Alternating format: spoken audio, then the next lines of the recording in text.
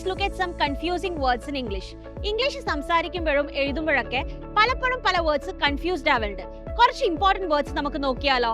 First one, beside and besides. BESID beside means next to, അതായത് തൊട്ടടുത്ത്. അതാണ് BESIDE beside. Besides means in addition to, which means കൂടാതെ എന്നൊക്കെ പറയില്ലേ, അതിനാണ് നമ്മൾ besides എന്ന് പറയാ. Next one, compliment.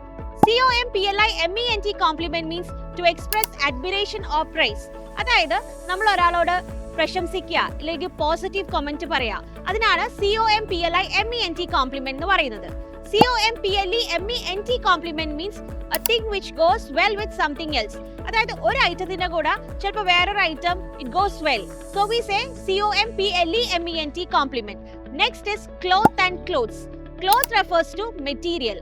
അതായത് ഈ ഫാബ്രിക്, സിൽക്ക്, കോട്ടൺ എന്ന് പറയുന്നില്ലേ, ആ ഒരു മെറ്റീരിയൽ റെഫർ ചെയ്യാനാണ് CLOTH ക്ലോത്ത് എന്ന് പറയുന്നത്.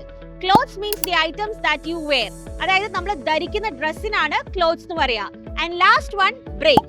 BRAKE break means stopping device. നമ്മൾ ഒരു ഡിവൈസിനെ സ്റ്റോപ്പ് ചെയ്യുമ്പോൾ പറയും BRAKE break. And BREK break means separate or split. അതായത് നമ്മൾ പൊട്ടിക്കുക അല്ലെങ്കിൽ വേർതിരിക്കുക, അതിന് നമ്മൾ BREAK break എന്ന് പറയും. So next time when using these words, don't get confused. Thank you and follow for more videos.